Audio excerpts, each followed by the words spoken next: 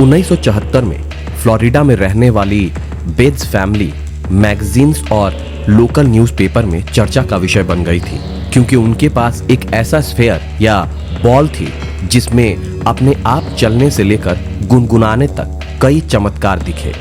आखिर उसमें ये सब कैसे होता था, इस पर 50 सालों से रहस्य बरकरार है, जिसे आज तक साइंटिस्ट भी नहीं सुलझा पाए हैं। द सन की रिपोर्ट के अनुसार बेट्स मिस्ट्री सेफियर एक मेटल की गेंद थी जिसका वजन 22 पाउंड यानी लगभग 10 किलोग्राम था।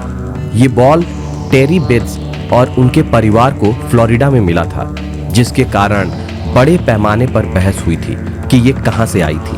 उसकी बनावट और वजन कहीं से ऐसा नहीं लग रहा था कि इंसानों ने इस चीज को बनाया है। बेट्स फैमिली को ये बॉल 50 साल पहले मिली थी और तब से उन्होंने इसे अपने पास रखा है। अपने चलने के अलावा अगर आपने इसे छुआ या दूर किया तो वो अपने आप आपके पास चलकर आती थी। अगर आप कहीं जाएं तो आपके पीछे पीछे चलती थी। अगर आप टेबल से उसको गिराना चाहें तो वो बैलेंस करके खुद को गिरने नहीं देती थी। साथ ही संगीत बजने पर ये कंपन करने लगती है और उसमें एक खास तरह की आवाज निकलती, मानो जैसे वो गुनगुना रही हो।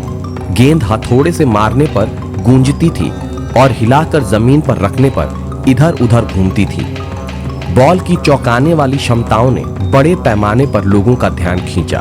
तब स्थानीय रेडियो शो के होस्ट रॉन किवेट उन पहले लोगों में से एक थे जिन्होंने वहां जाकर एक बॉल को देखा और उस पर अपने शो को ऑन एयर किया था। रॉन किवेट को विश्वास था कि बॉल संभवतः पृथ्वी से नहीं हो सकती है और इसे ब्रह्मांडीय शक्तियों द्वारा बनाया गया एक उपकरण करार दिया। इसके बाद कई न्यूज़पेपर ने इस रहस्यमयी बॉल के बारे में रिपोर्टिंग की। ये गेंद कहां से आई, इसके बारे में बहुत सारी थ्योरीज सामने आई, जिसमें ये भी शामिल थी कि इसे एलियन द्वारा बनाया गया था और इसके अंदर परमाणु बम की शक्ति थी। इस गोले की जांच वैज्ञानिकों और अमेरिकी नौसेना सहित अन्य लोगों द्वारा की गई थी, लेकिन कोई भी इस बॉल के रहस्य को नहीं सुलझा पाया।